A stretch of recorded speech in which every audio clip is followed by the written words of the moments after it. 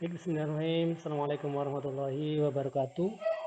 Kembali bersama saya Abdul Azim dari SDT Aluswa Surabaya. Kali ini saya akan sharing tentang bagaimana membuat materi PPT, menjelaskan dan kemudian itu semua bisa menjadi video yang siap ditonton sewaktu-waktu oleh anak-anak melalui YouTube channel kita masing-masing. Langsung saja dari PPT yang sudah saya buat ini, nanti akan saya jelaskan sedikit atau banyak bagaimana cara membuatnya gitu. Dari PPT ini banyak pilihan, misalkan kalau membuat baru, itu blank ini ya, pakai blank ini dengan kemudian desain kita bisa pilih dari sini atau kita bisa buat sendiri dan dengan berbagai macam eh, pilihan-pilihan lainnya seperti ini. Itu dan saya coba menyampaikan PPT yang sudah jadi saya buat, yang sedikit saya review bagaimana cara membuatnya begitu. Nah, ada tulisan, ada logo. Kalau logo memang caranya ya mudah, bisa langsung copy dari galeri kita, langsung ke sini, paste begitu, atau kita insert dari sini nih ada beberapa pilihan insert mau picture dan seterusnya. Nah, ini kalau mau dari sini. Kemudian gambar-gambar yang lainnya juga sama seperti ini. Ini misalkan terlalu gelap maka kita perlu sedikit ganti warnanya. Kemudian ini juga sama gambar-gambar yang kita tempel dan ini masing-masing gambar, flowchart, dan sebagainya. Caranya flowchart itu membuatnya dari sini, dari insert ini ya, insert ini. Nah, ini banyak flowchart-flowchart yang bisa dipakai dan ketika kita ambil satu misal seperti ini, nah ini nanti bisa diolah seperti yang sudah saya buat.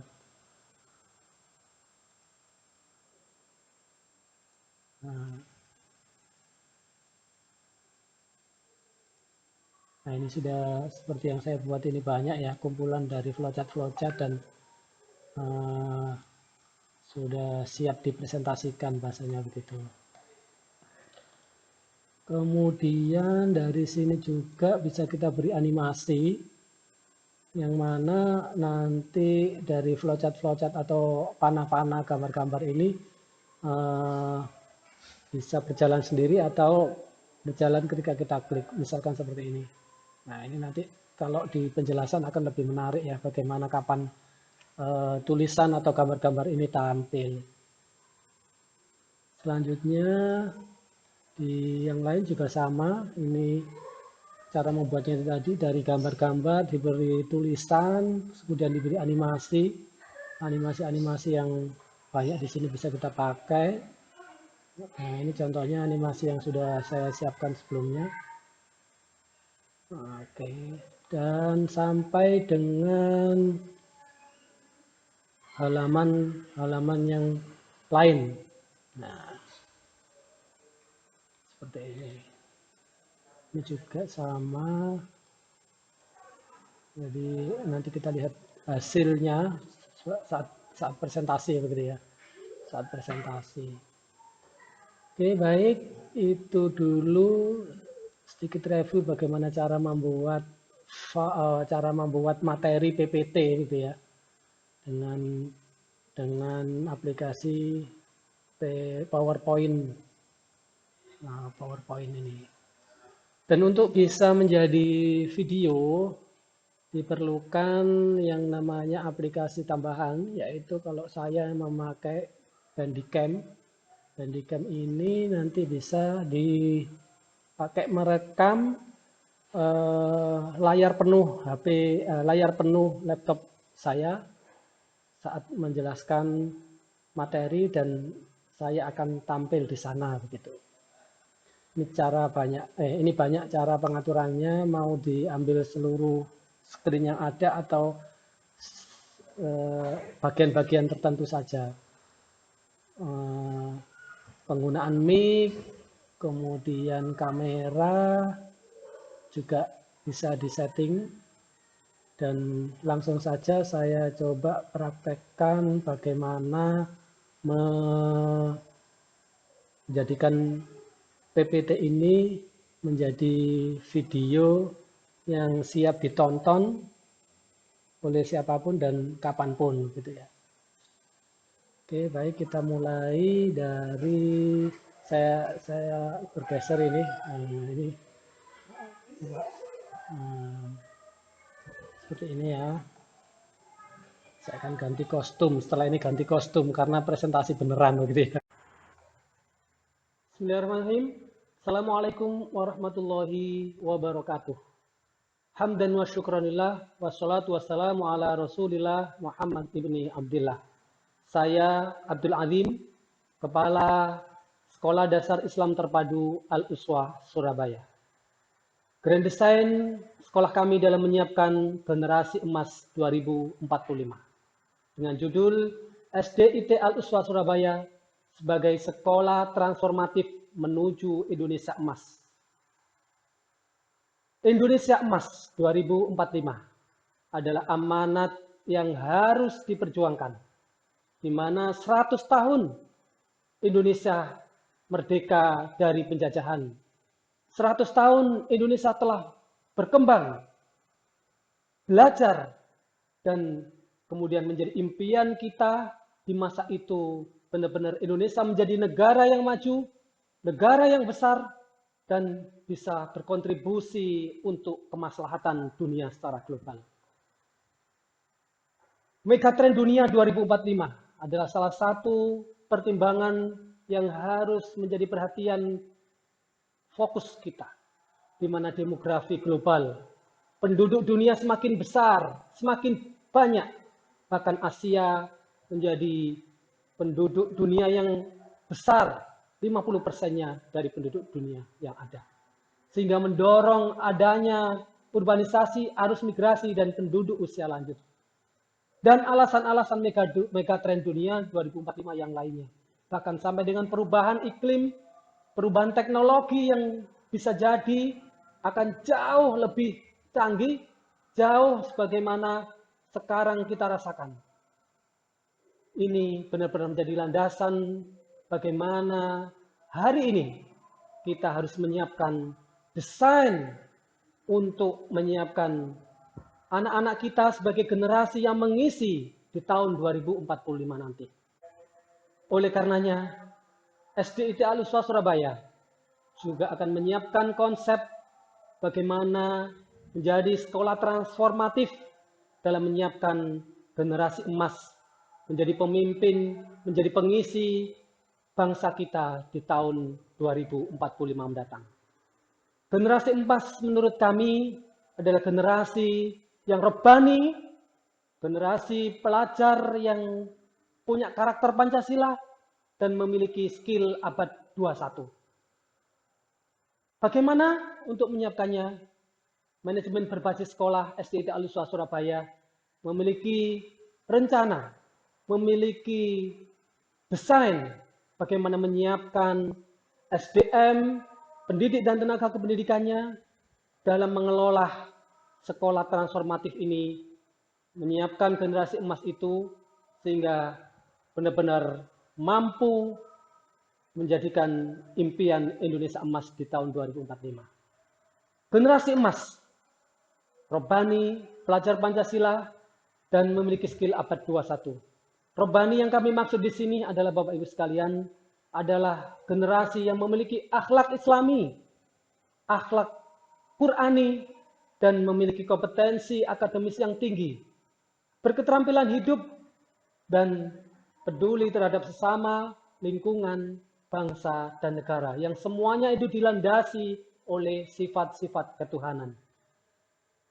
Kemudian untuk generasi emas yang akan kami siapkan adalah generasi yang memiliki profil pelajar Pancasila. Apa itu pelajar Pancasila? Sebagaimana peta jalan pendidikan Indonesia juga menjadikan profil pelajar Pancasila ini sebagai karakter dalam rangka menyiapkan generasi emas itu sendiri, yaitu memiliki keimanan dan ketakwaan kepada Tuhan yang Maha Esa, berkebinekaan, bergotong royong, kreatif, mandiri, dan bernalar kritis. Skill abad 21 juga harus dimiliki oleh anak-anak kita. Critical thinking sebagaimana profil pelajar Pancasila juga harus dimiliki. Berpikir kreatif, komunikatif, dan tentunya kolaboratif. Yang kalau dalam profil pelajar Pancasila ini juga sudah menjadi karakter harapan, yaitu siswa yang memiliki sifat bergotong royong. Selanjutnya, kami akan menyiapkan manajemen sekolah untuk bisa mewujudkan mimpi besar tersebut. Di dalam manajemen sekolah, kami tercakup 3 bidang besar. Yang pertama, kurikulum, kesiswaan, dan sarana prasarana. Bidang pertama adalah kurikulum. Kurikulum tidak bisa dipungkiri adalah sebuah bidang sebagai ruh dari pembelajaran yang akan memperhatikan transformasi cara dan makna. Setahun terakhir pandemi COVID-19 telah mengharuskan kita semuanya untuk menemukan cara yang baru dalam belajar. Kebutuhan untuk menjaga kesehatan dan efektivitas pembelajaran merupakan 2 kepentingan yang harus terfasilitasi. Oleh karenanya konsep Kementerian Pendidikan Merdeka Belajar ini sangat relevan dan tentunya ke depannya akan lebih relevan lagi. Karena dengan prinsip Merdeka Belajar ini, kami juga sangat yakin akan bisa melayani multiple intelligence yang dimiliki anak-anak. Dan tentunya potensi-potensi yang dimiliki anak-anak juga akan terlayani dengan baik. Yang kemudian ke depannya dengan anak-anak semakin terbiasa memakai gadget, terbiasa online, tidak menutup kemungkinan belajar tidak harus datang ke sekolah, tapi bisa dilakukan dimanapun saja berada. Dengan blended learning yang telah kami pelajari, blended learning yang telah juga kami uji coba dan selanjutnya akan terus kami kembangkan. Pembelajaran-pembelajaran berbasis proyek juga sudah kami terapkan dan terus akan kami kembangkan sebagai upaya untuk melatih skill siswa mencapai atau mampu menghadapi abad 21, di mana harus berpikir kritis, harus bisa berkolaborasi, dan tentunya skill-skill yang lainnya. Sehingga pembelajaran online dan offline ini tidak berhenti sampai dengan tahun ini, tapi akan terus kita bisa fasilitasi siapapun itu, siswa maupun guru. Bidang besar kedua yaitu kesiswaan, di mana bidang kesiswaan ini yang akan bertanggung jawab terhadap pengawalan karakter siswa, yang akan mempersiapkan program pengawalan siswa secara online dan offline, penggunaan media-media digital, penggunaan aplikasi ke aplikasi untuk mengkomunikasikan perkembangan siswa dari sekolah ke rumah, rumah ke sekolah, akan menjadi pilihan untuk pengawalan karakter secara online, apalagi setahun terakhir ini. Perubahan dari isi buku komunikasi dengan menyesuaikan kompetensi dasar pada SKL yang bertahap di setiap jenjangnya. Program pengawalan ibadah terjadwal untuk setiap siswa. Parenting berkala tentang kurikulum rumah untuk memperkuat sinergi orang tua dan sekolah menjadi salah satu ujung tombak pengawalan ibadah dan pembentukan karakter siswa. Di kesiswaan ini pula, di mana Bina Pribadi Islami dengan mengambil materi sesuai SKL yang sudah ditetapkan oleh CSIT dan pengembangannya sesuai dengan kondisi dan situasi yang ada. Juga tetap kami pertahankan dengan terus mencari inovasi penyampaian yang menarik ketika online. Mengundang alumni adalah salah satu terobosan yang kami lakukan. Layanan pengembangan minat dan bakat yang mulai kami arahkan untuk memenuhi kebutuhan skill abad 21 juga telah kami siapkan. Beberapa di antaranya adalah ekstrakurikuler, editing video, desain grafis, dan juga public speaking. Penanaman karakter Pancasila sesuai arahan profil pelajar Pancasila yang dengan digariskan oleh pendidik Kemendikbud menjiwai aktivitas pembelajaran di SDT Al-Husna Surabaya. Upacara-upacara virtual yang tetap kami selenggarakan, peringatan PHBN, pembelajaran akademis maupun pramuka terwarnai oleh karakter Pancasila ini. Dan tentunya yang juga sangat berpengaruh dalam pengembangan manajemen berbasis sekolah adalah sarana prasarana kami. Sarana prasarana ini nanti tentunya juga akan berbeda dan kedepannya juga semakin berbeda, di mana kebutuhan blended learning, ada pembelajaran daring dan luring yang tentunya itu membutuhkan sarana prasarana berbeda.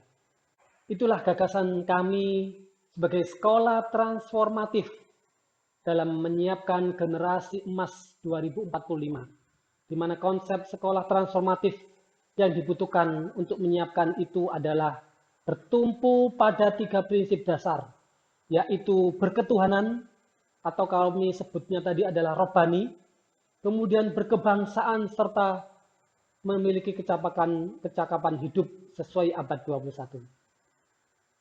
Proses-proses pembelajaran kami sesuaikan, dan realnya berbasis proyek menjadi sarana untuk mewujudkan pembelajaran bermakna itu, yang menumbuhkan cara berpikir kritis, kreatif, kolaboratif, serta komunikatifnya peserta didik.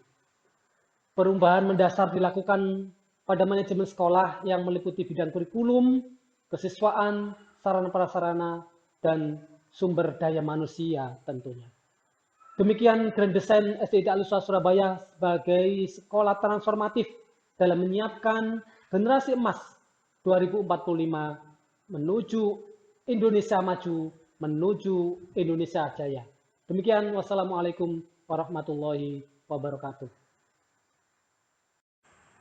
Demikian yang bisa saya sampaikan, bagaimana membuat PPT dan kemudian menjadikannya video untuk pembelajaran, untuk kegiatan yang bisa dilihat oleh siapapun dan kapanpun. Melalui video itu mungkin kita bisa sematkan atau upload di YouTube akun kita masing-masing. Setelah selesai presentasinya, maka Bandicam aplikasi video tadi bisa kita stop. Demikian, sebelum saya stop, saya akhiri dulu. Terima kasih atas perhatiannya. Assalamualaikum warahmatullahi wabarakatuh.